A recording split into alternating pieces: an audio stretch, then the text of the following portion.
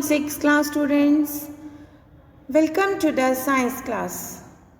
How are you, my dear students?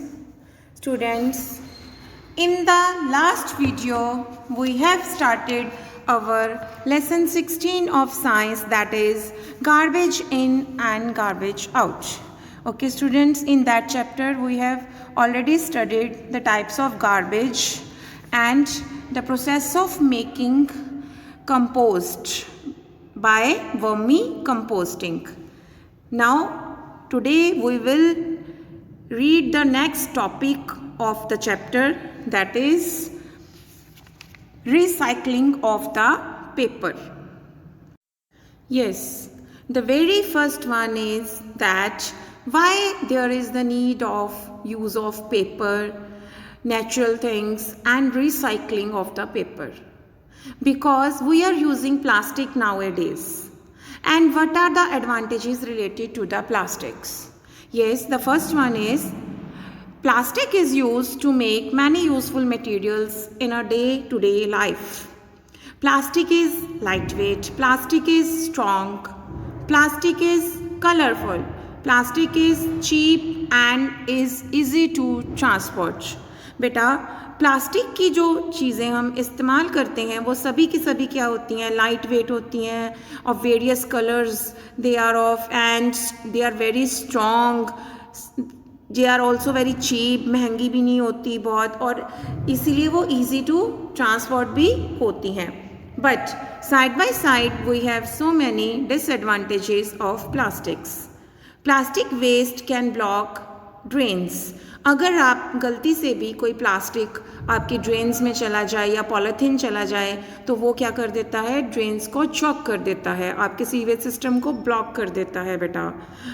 Plastic enter into the digestive system of animals and kill them. हाँ जी, देखो plastic जब एक animal या bird उसको खा लेता है तो वो क्या करता है, वो डाइजेस्टिव सिस्टम ऑफ बर्ड को पूरा डिस्ट्रॉय कर देता है और उसको किल कर देता है. आप देख सकते हैं ये एक बर्ड है, इसने प्लास्टिक ईट कर लिया था तो इसकी ये कंडीशन हो गई. ठीक है. Plastic are toxic. प्लास्टिक्स क्या होते हैं, टॉक्सिक होते हैं, बहुत ही जहरीले होते हैं, because they are made of chemicals. Plastic waste the destroy the scene beauty of a palace. Plastic waste क्या होती है, एक बहुत ही सुंदर प्लेस की जो ब्यूटी है उसको ख़राब कर देता है. क्यों? क्योंकि हम जहाँ भी देखते हैं कहीं भी जब डिस्पोज ऑफ किया होता है सीवेज को तो वहाँ पे क्या होता है, हमारा बहुत सारा प्लास्टिक वेस्ट होता है, तो वो उस प्लेस की ब्यूटी को क्या कर देता है, बिल्कुल डिस्ट्रॉय कर देता है, ख़त्म कर देता है. Plastic waste do not decompose, so it is difficult to dispose plastic waste. Plastic कभी भी डिकम्पोज नहीं होता. After so many years also it will remain as such, so it is difficult to dispose of. ये student, so हमें plastic देखो हमने उसके advantages अभी रीड किए, तो एडवांटेजेस होने की वजह से हम प्लास्टिक को यूज़ तो हमें करना पड़ेगा या हम करते हैं. So we should reuse plastic. जैसे एक बॉटल हमारी अगर ख़त्म हो गई है तो हमने उसमें से ड्रिंक ले लिया है, we have taken and now it is empty, instead of throwing it away we can reuse it. Okay. Second one, use paper, cloth, jute bags instead of plastic bags.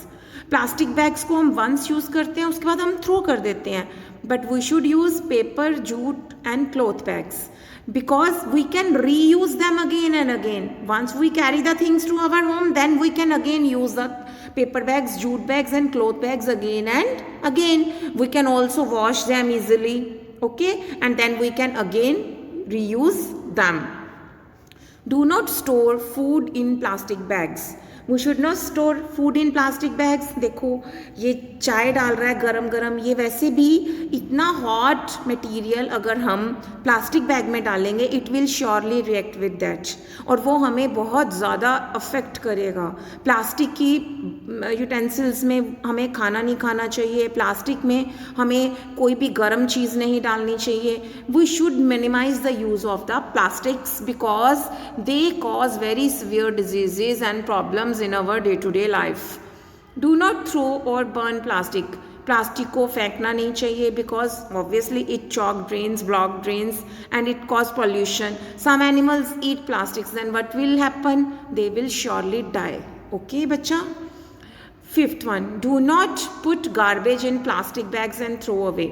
हाँ जी, प्लास्टिक बैग्स में garbage नहीं डालना चाहिए हमें.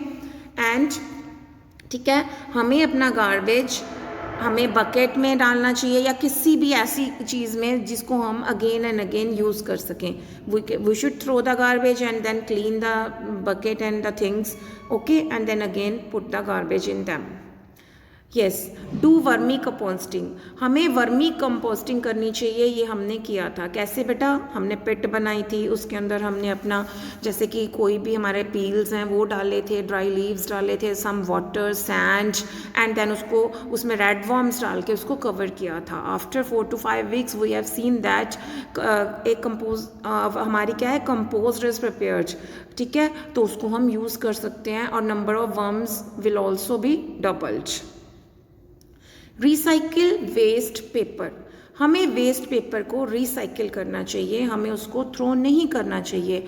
सम of the students will do that, they will write one time one thing and they will tear off the page and throw it in the dustbin. Please do not do that बेटा. हमें उसको throw नहीं करना है dustbin में बच्चा. हमें उसको यूज़ करना है, रीयूज़ करना है, रिसाइकिल करना है. हम पेपर को रिसाइकिल कर सकते हैं and we should recycle the paper because paper बनाने के लिए हमें बहुत सारे ट्रीज़ को कट करना पड़ता है. अगर हम ट्रीज़ को कट कर देंगे बेटा, then how can oxygen will be given to us.